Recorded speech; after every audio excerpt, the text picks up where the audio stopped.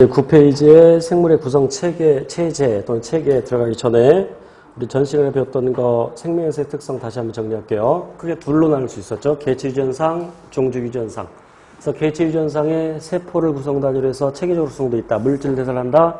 그리고 자기에 대한 반응 및 항상성. 그리고 발생 및 생장. 이 개체유전상이고. 그리고 종주유전상은 생식, 유전, 적응 및 진화. 그리고 바이러스는 생물적 특성과 비생물적 특성이 있는데 비생물적 특성을 기억하는 게 더 쉽겠죠. 비생물적 특성으로서 세포 구조를 갖고 있지 않다. 물질 대사를 하지 못한다. 스스로 못한다. 그러니까 왜 못하느냐? 효소를 갖고 있지 않다. 따라서 살아있는 생명체 내에서만 생명현상이 나타난다. 그리고 생체 밖에서는 단백질 결정체로 존재한다가 비생물적 특성.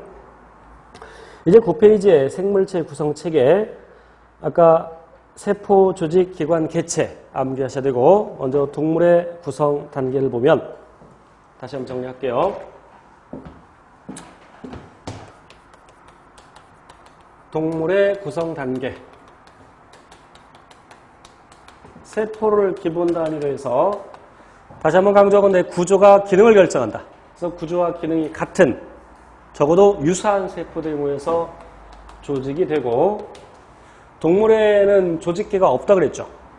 그런데 그러한 조직들, 서로 다른 조직들이 모여서 기관이 되고 서로 어떤 공통된 기능을 하는 기관들이 모여서 기관계가 된다. 그리고 그 기관계들이 모여서 개체가 된다. 이게 기본 내용이죠. 이제 동물의 조직, 아까 언급했지만 상피조직. 네 종류 기억하셔야 돼요. 상피조직. 그래서 다시 한번 반복. 상피조직은 우리 몸 밖을 덮고 있거나 또는 내장기관의 안쪽 벽을 덮고 있다고 그랬죠. 그러면서 우리 몸을 보호해주는 기능을 하죠. 그러니까 보호기능. 그래서 보호상피 이렇게 얘기할 수 있겠죠. 그 다음에 그 기능에 따라서 나눌 때 흡수상피, 보호상피, 흡수상피. 흡수상피 예를 들면 우리 소장에서 소화된 양분을 흡수하죠. 그걸 생각하시면 되겠고, 그 다음에 분비조직. 그래서 분비조직에는 내분비샘과 그 다음에 외분비샘이 있죠. 한자로는 샘선자를 써서 내분비선 또는 외분비선 이렇게 얘기합니다. 내분비선은 호르몬을 분비하고, 호르몬이라고 쓸게요. 호르몬 분비, 호르몬을 만들어서 분비하고, 외분비샘에는 땀샘, 눈물샘,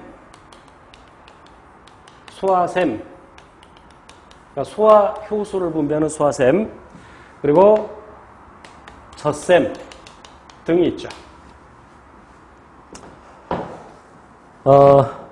그리고 이제 결합조직은 다른 조직들, 기관들을 연결해주고 지탱해주는 역할을 하는데, 다시 한번 정리할게요. 혈액. 이 애들을 기억하고 있어야 돼요.